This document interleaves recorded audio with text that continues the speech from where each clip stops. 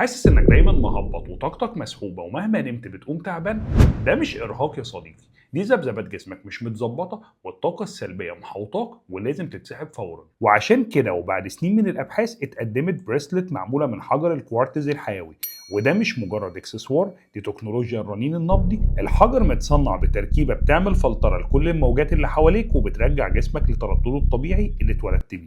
طبعا الكلام اللي انا قلته ده سمعته من اكتر من مليون نصاب، بس تعرف ان عمليات النصب دي بدأت من اكتر من 100 سنة. سنة 1920 كان في مخترع اسمه ألبرت إبرامز عمل جهاز راديو، بس ما كانش بيجيب محطات اف ام، كان متوصل بأسلاك غريبة وبيقول انه بيقدر يشخص اي مرض في جسمك بمجرد ما يلمس جلدك. إبرامز ما كانش مجرد مخترع، ده كان نصاب من العيار التقيل، وكان بيلف على الناس ويقنعهم انهم عندهم ذبذبات الكترونيه بايظه ومحتاجه تتصلح. ابرامز كان بيخلي المريض يمسك السلك ويقعد يدوس على اي زراير في الراديو، وبعد كده يقول له انت عندك بوادر مغص كلوي هيقضي عليك كمان اسبوع. طبعا المريض بيترعب، وهنا ابرامز بيبتسم له ويقول له انا عندي الحل، ويبيع له جهاز ب $50. المفاجاه ان الاف الناس اشترته، بس مع مرور الوقت لما فتحوا الجهاز اكتشفوا انه جواه اسلاك متقطعه ولمبات ملهاش اي لازمه وما بيعملش اي حاجه غير انه بينور.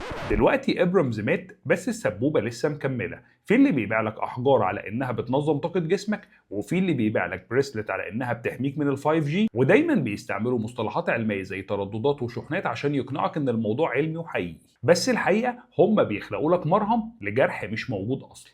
مفيش حجر في الكون هيغير كيمياء جسمك او يسحب زعلك، الطاقه الوحيده اللي بتحرك الموضوع ده هي الفلوس اللي بتتحرك من جيبك لمحفظتهم.